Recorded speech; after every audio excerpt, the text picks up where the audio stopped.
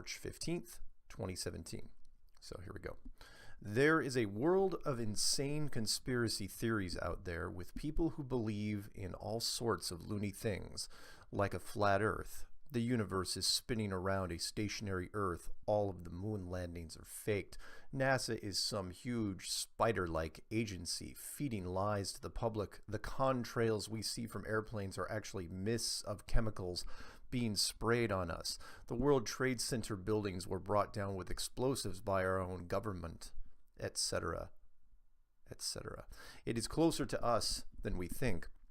I accidentally engaged one since she is a former liberal arts student from about 5 years ago who took one of my courses.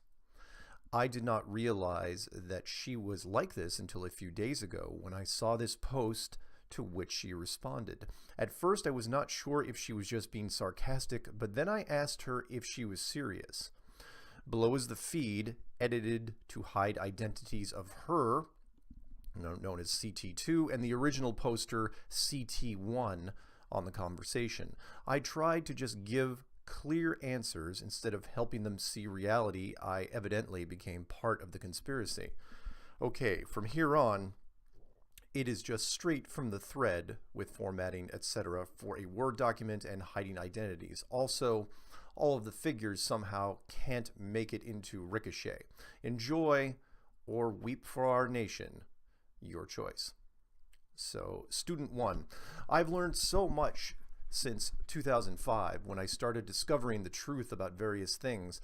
I now know too much. I can see things for what they are without trying. We are under attack in every conceivable way, yet most people don't recognize this clear. Student 2, reality is pretty clear to me as well. I likewise feel like I know too much. The elite don't even bother to cover their tracks anymore.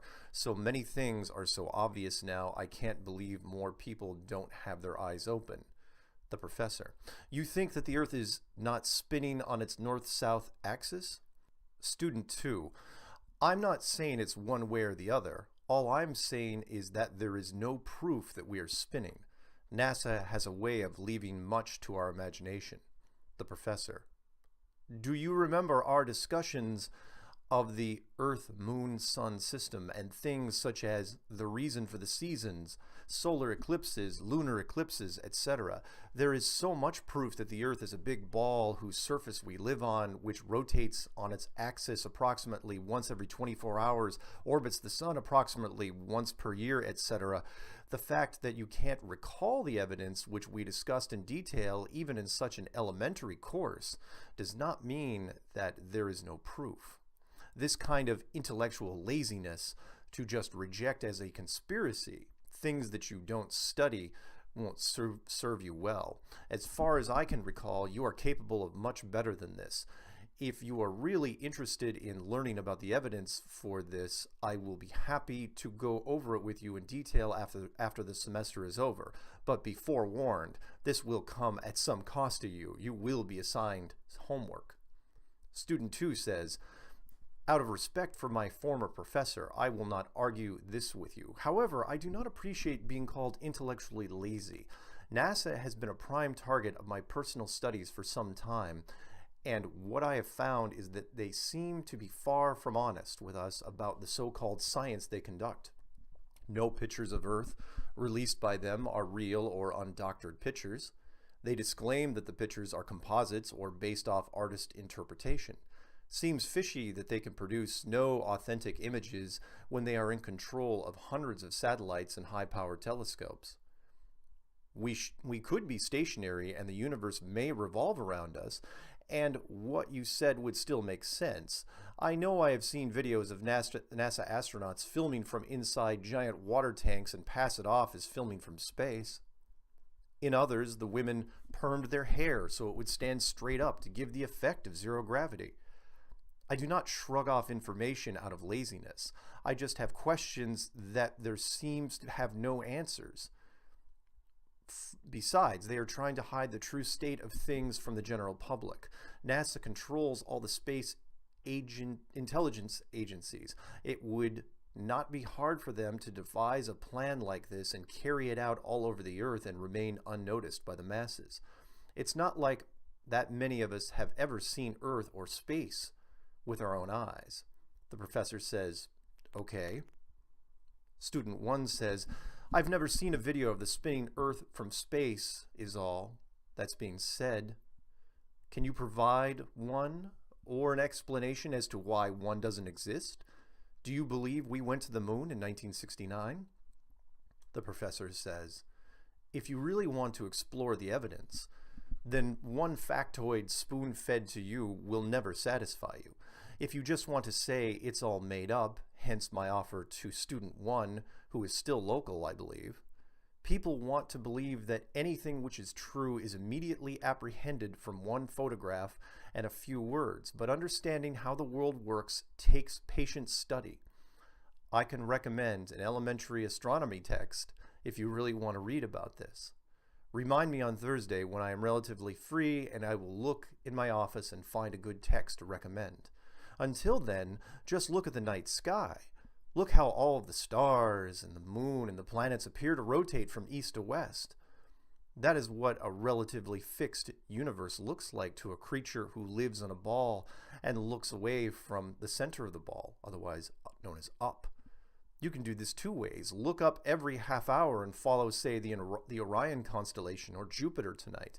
You will see it advancing in snapshots of time. If you are a bit patient, just sit outside for 1 hour looking at a star near a tree or a building. If you keep staring, you will see them getting either further and further away from the tree or closer and closer, depending upon if the tree is on the east horizon or west horizon. That is the principle, the same thing philosophically, but comes closest to seeing a video of spinning. As to the moon landing, I remember it vividly, since I watched it as a young boy, one of my few memories from childhood. It somehow entered my mind that this was my birthday present, since it happened 2 days before my birthday. Student 1 says, you thought you watched it on television. What you saw was a show put on by NASA. A television show, written and directed and filmed here on Earth. Do you know what the Van Allen radiation belts are? What you watched on TV was impossible to have transpired on the moon with the technology we had. It was a propaganda show. No man could traverse the Van Allen belts and live. Houston, we have a problem. If they are faking the moon landings, what else are they faking? Hint, it's a lot. The professor says, okay. Student 1 says, dismissive and arrogant deserves no respect. Answer the questions or do some research. He clearly has an interest in perpetrating the NASA lies, since he's employed to indoctrinate young minds to universal lies. He must be aware of the Van Allen belts and chooses to ignore any argument that pokes holes in the junk science portrayal of propagandized events presented as real. This type of academic negligence destroys one faith in the institutions of higher learning. Student 1 says, explain the Van Allen belts, professor.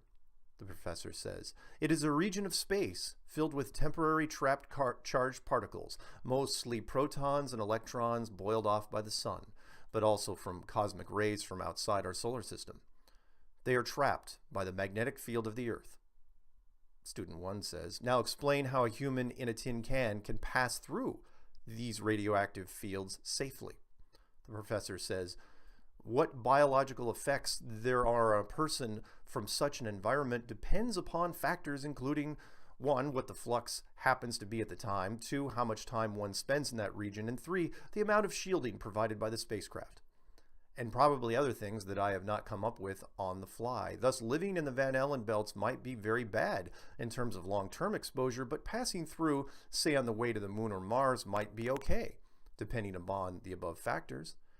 It is kind of like air crews. The crews who fly at high altitude are exposed to cosmic rays with greater intensity than those of us on Earth who are protected by 20 kilometers of air. So the airlines limit the amount of time these crews spend at high altitude. Does this help? Professor also says, by the way, I have a class to teach in 45 minutes, so I will look at any further questions later. Student 1 says, the effects of passing through the Van Allen belts are fatal, if not shielded from the radiation, and NASA admits in their new Orion preparations, as much in their testing. I'll look for your reply later tonight. Enjoy your class, Professor. The professor says, okay, so I watched the edited NASA movie you pointed to me. There is nothing inconsistent with what I said. How dangerous that region is biologically depends on how much time you have people spend there. The more time, the more the radiation damage to people. The Apollo craft moved through this region very quickly to limit this, but I would also not be too surprised if they were more cavalier about the long-term cancer threats back then. Doctors on television still recommended some brands of cigarettes over others, I think. In any case, I think they were much more focused on the whole ship exploding or just not working at some stage, killing the astronauts much more quickly than cancer. This is one of the reasons that astronauts were chosen from the ranks of the test pilots with the right stuff, who are used to taking calculated risks.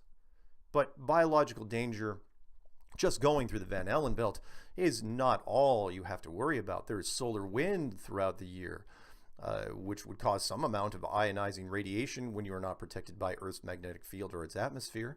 So the problem they will have to solve is not just getting through the Van Allen belt, but also minimizing the radiation during the entire trip.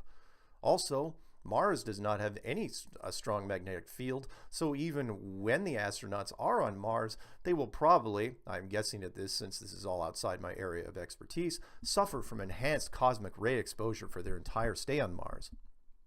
Also, since there is very little atmosphere on the planet, they will be exposed to enhanced UV radiation exposure during their stay since the planet has no ozone layer.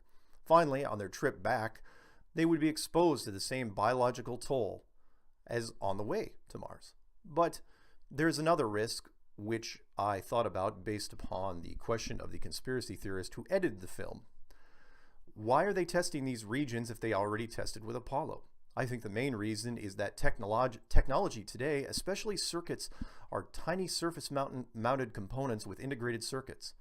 A single highly ionizing particle could go through the wrong component in the wrong place, could kill an entire chip or circuit. So they probably have to build in a lot of redundancy to see if today's extremely compact and light, important for traveling long distances using reasonable amounts of fuel, but more fragile electronics can survive large integrated exposures. This is something which would have not been a problem with the relatively humongous electronic components used in the 1960s. I hope this helps. I am not going to bother with the films on faked moon landings. These tend to be basically debunked notions based purely on I don't trust them mentality. I have never seen any even slightly convincing evidence that this was faked. So I don't want to sink hours into watching such films. But if you can have a specific question you want to ask, please feel free. Cheers, Elon Levine. Student 1 says, thank you for a fantastic response, and by fantastic I mean based in fantasy. Of course, if one is not willing to view the evidence of the fraud, they can confidently declare that they've never seen anything convincing to the contrary of their position. Fact is that you cannot debunk the documentaries made by committed researchers who have uncovered the fraud without seriously looking at their findings. If you want to be taken seriously, you must confront their findings head on, not skirt evasively around them. Do yourself a favor in restoring any credibility you seek to maintain by looking at the evidence presented by those who have concluded the moon landings were a propaganda hoax. Bart obtained unedited raw footage of the video fakery from inside the capsule. It cannot be disputed, only avoided. The professor says, okay. And the professor closes the article saying, if anyone thinks that there was a more productive way to have engaged the students, I would like to hear it. Signing off for the night, but we'll read suggestions.